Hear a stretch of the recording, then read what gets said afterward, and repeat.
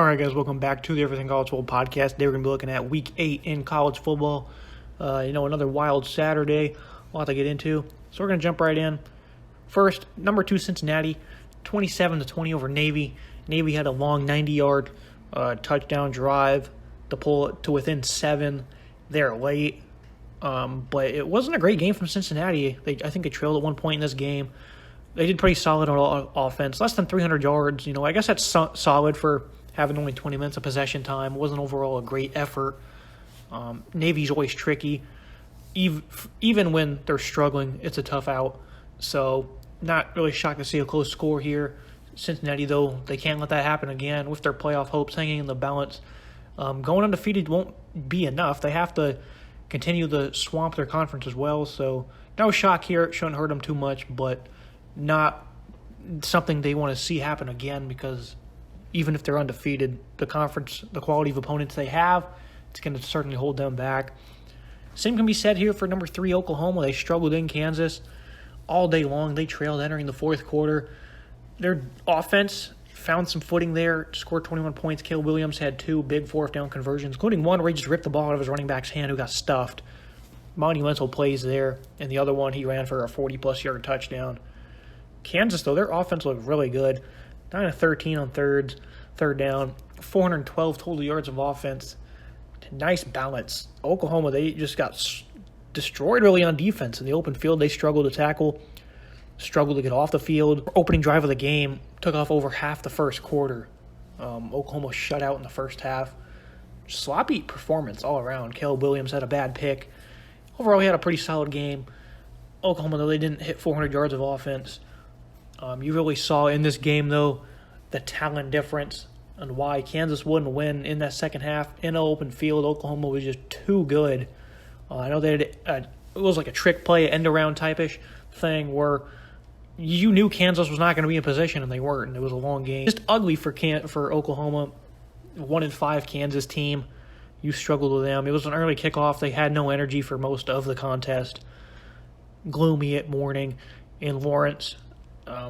No pass here. Oklahoma has done this all year long where they have struggled to down FBS opponents. They still cannot beat anybody by more than a couple scores. TCU last week was the first time all year they beat one by more than one possession. And then here, again, they played another very close game.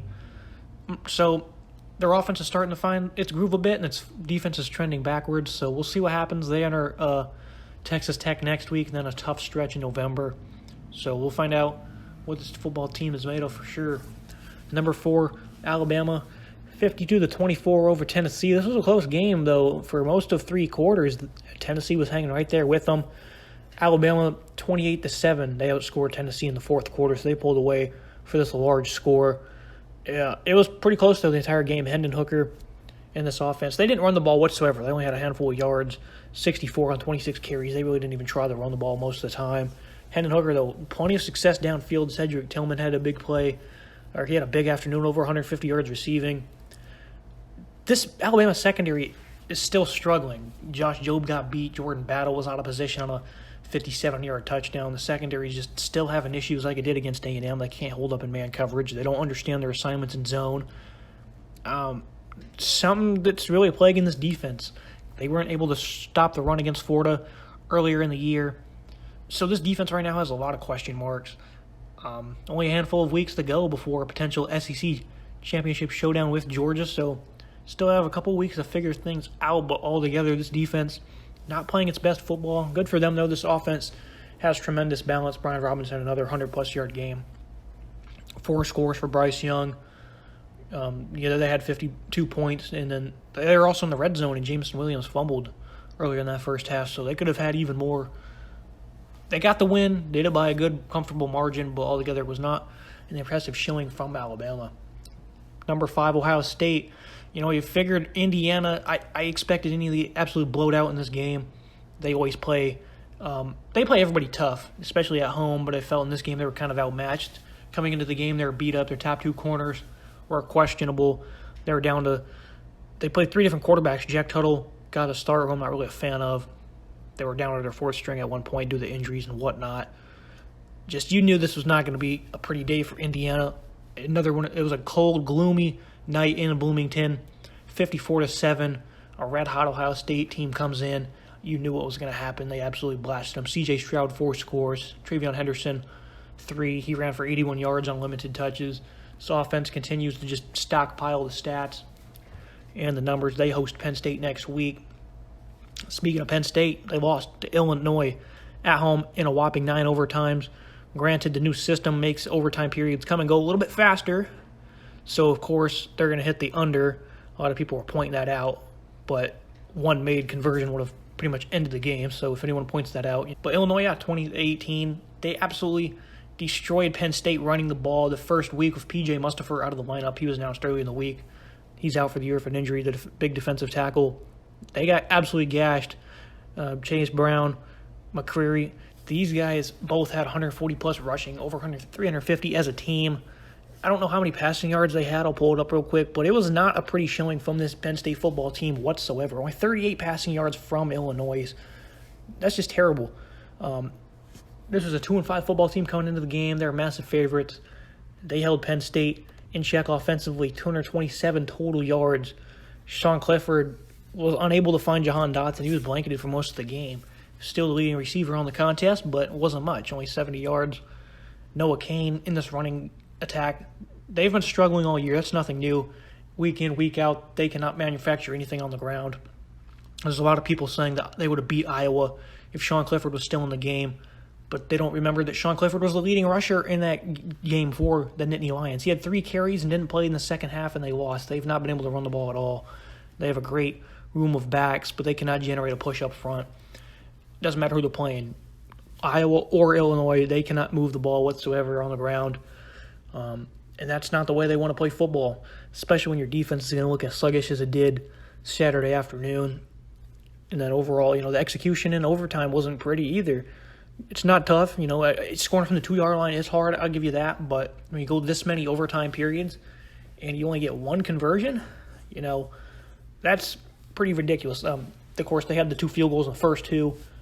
But after that, only 1 2-point conversion made. That's just sloppy. You can't do that. Ugly showing from Penn State, and they play Ohio State next week. Oklahoma State as 7-point underdogs went into Ames. Put up a resilient effort. Still lost by 3. I picked Iowa State in this game. I think I picked them by 7. Yeah, I think I picked them by exactly 7 points, and they won by 3. Very impressive game, I thought, from both quarterbacks. Spencer Sanders really made some big-time throws in this game, especially from the pocket. He's really struggled there this year. The best throw of his season came to Tay Martin, that put them up in the fourth quarter. Brock Purdy company responded. Xavier Hutchinson had a big day. 12 grabs, $125, and 2 scores. 300-plus for Purdy, very efficient. I thought it was a very brilliant showing. They were playing a very tough defense, and for them to play that as good as they did in the second half. This is one of the best second-half teams in football. Nothing new there. Purdy, though, is a very impressive showing because he's been kind of up and down this year. To do that against this Cowboy defense, impressive. 2 of 10 offensively on third down for Oklahoma State. They didn't run the ball all that well, only 3.3 yards per carry. Sanders, though, he really kept him in the game with his arm. Had that great touchdown throw to Presley at the end of the first half. A few too many penalties for Oklahoma State. On that final drive, they were unable to get the good spot. I thought it was a bad spot on that 4th down, but regardless, that's not the reason they lost the game. Very tough outing. 2 good football teams. Oklahoma State still have playoff hopes, that's for sure. If they would have won this game, it would have shown you that they are a legit playoff contender. Even though they lost by 3, I think they still are. This is a really good football team. Iowa State was just able to edge them by a few here in this one, but this was overall a very good game to watch. I enjoyed it. Oregon topped UCLA at the Rose Bowl by 3 points, 34-31. Oregon, they had 14 points in the first and the fourth quarter. 3 in the quarters in between. The Oregon defense really settled down in the second and third. They really held this running game in check for most of the afternoon. 3 different guys had double-digit carries. As you figured they would, they like to feed this ground game. 45 total touches for UCLA on the ground. Only 110 yards, though, 2.4 yards per carry. Kayvon Thibodeau, 4 or 5 tackles, 4.5, I think, tackles for loss. He had a forced fumble or 2, a few sacks. He was just the MVP of this game. He was finally fully healthy for once. And, man, he showed you why he's good. They struggled so much with him coming off the edge. And they were UCLA had a late rally there in the fourth quarter. Anthony Brown had 2 picks. He played good all day, tore up that secondary as expected he would. 2 picks though in that final frame. You don't like to see that whatsoever. It almost costed them the game. Really, they didn't really attempt to run the ball that much. 5 yards per carry solid, but only a handful of touches. They didn't really run the ball all that well, I didn't think. All of their touchdowns came via the ground though. 5 total scores. Travis Dye had 4 of them. 4 straight touches he had running the ball. All 4 were touchdowns at one point in throughout the contest. So Oregon, I picked them to win this game by 4 points. They won by 3, squeaked by a tough UCLA football team. This was a fun game to watch. Something about just watching a game at the Rose Bowl. Just wonderful to see. And for the game day crew to shed some light on the Pac-12 as well. Ole Miss and LSU, not as much offense as we figured we would. LSU, first drive, they went down the field, scored. That was it for the rest of the game, pretty much. They had 10 in the fourth quarter. It was game over by then, though. That scored them 10-0 in the fourth, but Ole Miss already had 31 in the second and third quarters. Matt Corral didn't have a great game through the year, but they ran the ball for almost 270 yards. They had a lot more penalties than LSU did, 12-2. LSU did have 3 turnovers, though, and that really proved to be a difference maker in this game, as time of possession was pretty even. Nice to see LSU no longer have those distractions with Coach O.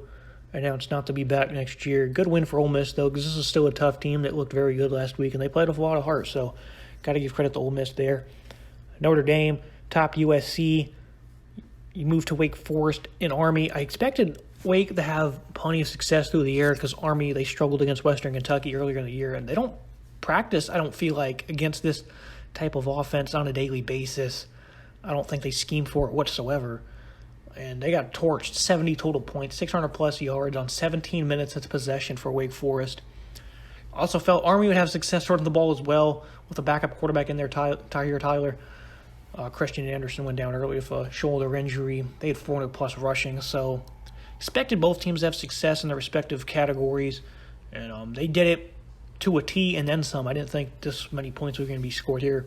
70 for the Demon Deacons as they remain undefeated. Texas A&M, they scooted past South Carolina. Another balanced effort from them. 44-14 was the score from Kyle Field. You look at NC State losing to Miami, 31-30. Tyler Van Dyke, he had a field day on this defense. 325 yards, 4 score, highly efficient. That's a sluggish effort from NC State. This is a team that's playing for a lot. They come out here, they don't run the ball nearly as much as they should. And they weren't down by a monumental amount whatsoever. It was a one-score contest for 60 minutes. Only 22 running attempts. None of their star backs hit double figures. Devin Leary did a lot of the heavy lifting. It was kind of confusing looking at what happened with NC State. They were able to get the job done. The Hurricanes they improved to 3-4. Charleston Rambo had a big day. Knighton, that is, ran the ball pretty well. He was also one of their top receivers, too, over 160 yards of total offense. He had 83 yards rushing and receiving. Had 1 score in there. Big night from Jalen Knighton. Overall, Miami gets the win over NC State. Pretty disappointing, though, from the Wolfpack. I know they were only 3-point favorites coming into this game, but I don't know. It's just really sloppy how they got beat up that bad against a backup quarterback. San Diego State, they nearly shut out Air Force. Midway through the third, Air Force had 0 points. They're up 20-0. The Falcons got some stuff going there late in that game. A little bit too late, though. 20-14 was the final there. This defense for San Diego State is elite, man. It's just ridiculous what they were able to do. They held these guys to only 192 yards rushing. This is their bread and butter. That's all they do every single snap is run the football. They're the only team in football running for 300-plus yards per contest, the number 1 ranked rushing attack. They held them in check. Their offense, in their own right, continues to struggle. It's not a strong unit, though. They have a triple-option quarterback as the starter. He was efficient, but, again, you're not really effective. That's all you really need to be in this offense. And I guess, Greg Bell, he did his work. Only 229 yards of offense. They also had 10 penalties, so a pretty sloppy effort. I don't know how they had 31 minutes of possession time because they didn't move the ball very well at all. So a great win for San Diego State. They're going to continue to ride this defense. It's typical Aztec football, though. They never have a great passing game, and they always have pretty stout defense. Looking at Pitt and Clemson coming in this game, I said that Clemson, despite how good their defense has been, their secondary has been very concerning last few weeks, especially Nolan Turner. And what do you know? Nolan Turner gets beat one-on-one for a touchdown, as does another player in the game. Those were both of Kenny Pickett's touchdowns. He had 300-plus yards. They ran the ball, I think, pretty well. Also, DJ Uiagalelei was benched. Another terrible performance. Didn't complete very well at all. Only 5 yards per attempt. He had 2 picks. The backup came on. T.S. led him for a field goal drive. DJ came back in, led them on a touchdown drive on the 4th. They didn't get the ball back, though. The game was pretty much over after that. I don't know. Clemson, their offense just continues to struggle. Thought they did a better job of running the ball on Saturday, but you saw against Syracuse how this defense is starting to trend backwards after Brissy and Davis went out with injuries. The interior line's kind of beat up. The secondary, it's been not pretty this year from them. So overall, just not a very good football team from Clemson this year. No, I don't think the dynasty's over by any means. Different conversation for a different day. Just a really struggling season for them. They still have a pretty tough schedule, I'd say. They have no offense, and the defense is starting to let them down a bit. So it's going to be a long year for Clemson fans before Kenny Pickett should be in the Heisman race. He has another great game here. They're now 6-1 and the favorite to claim the conference. Number 24, UTSA. Look at them. Figured LA Tech could be a trap game, a trendy upset pick, and they come out here and they absolutely smoked them. They trailed 7-10 in the first. That was it, though. LA Tech only had 6 points the rest of the way. UTSA, the Roadrunner offense, plenty of balance. Sincere McCormick, 113 yards, 3 scores. Nice balance with Frank Harris through the air. 8-0 now is the Roadrunners. This is a really good football team, man. Hope they can keep it up. UTEP as well. These guys are on a collision course.